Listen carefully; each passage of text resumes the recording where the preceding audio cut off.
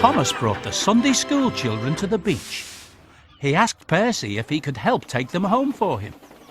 Percy thought that it sounded like very hard work, but he promised Thomas he would help.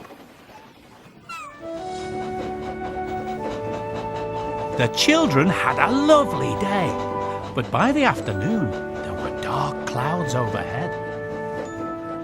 Suddenly there was thunder and lightning, and the rain came lashing down. The children hurried to the station. Annie and Clarabelle were waiting for them at the platform.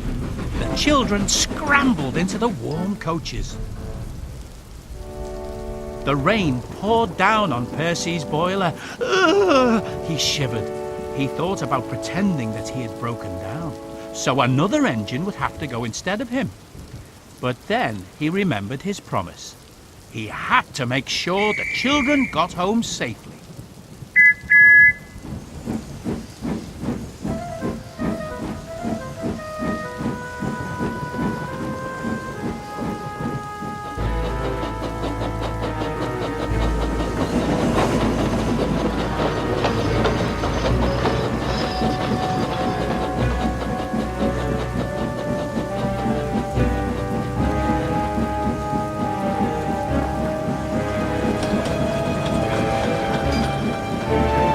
Percy set off bravely, but his driver was worried.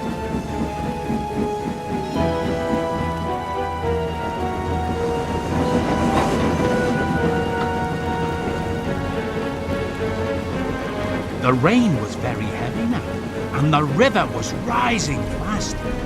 The rain was getting in Percy's eyes, and he couldn't see where he was going. Suddenly he found himself in deep water. "Oh, my wheels!" shivered Percy, but he struggled on.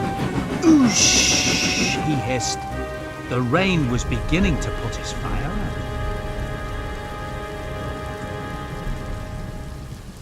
Percy's driver decided to stop the train in a cut. The guard went to find a telephone. He returned looking very worried. "We couldn't go back if we wanted to," he said. "The bridge near the junction is down." They would have to keep going to the next station. But Percy's fire had nearly gone out, and they needed more wood to keep it going. "We'll have to pull up the floorboards and burn them," said the fireman. Soon they had plenty of wood. Percy's fire burned well, and he felt warm and comfortable again. Suddenly there was a buzz, buzz, buzz. Harold was flying overhead. "Oh dear," thought Percy sadly. "Harold has come to laugh at me." Bump! Something thudded on Percy's boiler. A parachute had landed on top of him. Harold hadn't come to laugh. He was dropping hot drinks for everyone. Everyone had some hot cocoa and felt much better. Percy had gotten some steam up now. "Peep, peep! Thank you, Harold!" he whistled. "Come on, let's go!"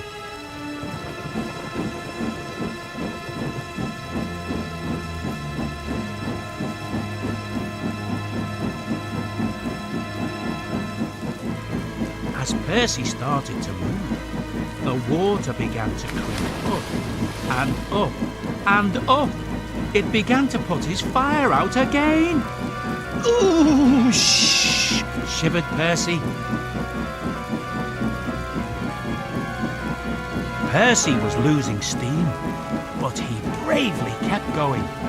"I promised Thomas," he panted. "I must keep my promise."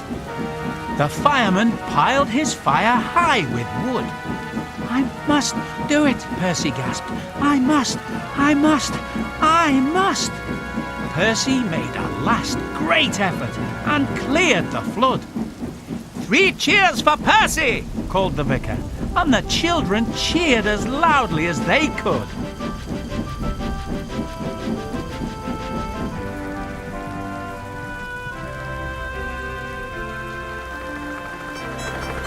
Harold arrived with the fat controller. Harold told me you were splendid, Percy, said the Fat Controller. He says he can beat you at some things, but not at being a submarine. I don't know what you've both been doing, but I do know that you're a really useful engine. Oh, thank you, sir, whispered Percy happily.